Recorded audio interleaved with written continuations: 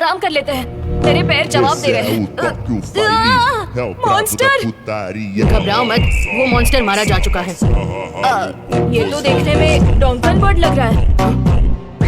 क्या वो कोई फेमस कैरेक्टर है? कुछ वक्त पहले एनिमल एम्पायर नाम का कॉमेडी शो आया था, उसका मैस्कॉट था। डोंकन बर्ड का मोटा सर था और वो बेवकूफ था। वो हमेशा मरता था। हमेशा मरता था? हाँ, पर उसका सर सच में मोटा था, इसीलिए हर बार अगले एपिसोड में वापस आ जाता था, जैसे कुछ हुआ ही नहीं। जिंदा होता था? लेकिन वो तो बस एक टीवी शो था। मॉन्स्टर क्या कर बैठे, इसका कोई भरोसा नहीं। उसे कौन सी चीज उकसाती है या उसका ओरिजिन क्या है, हमें नहीं पता। क्या होगा अगर कॉस्ट्यूम पहने एक आदमी मॉन्स्टर बन गया और आज भी उसी कैरेक्टर को जी रहा हो?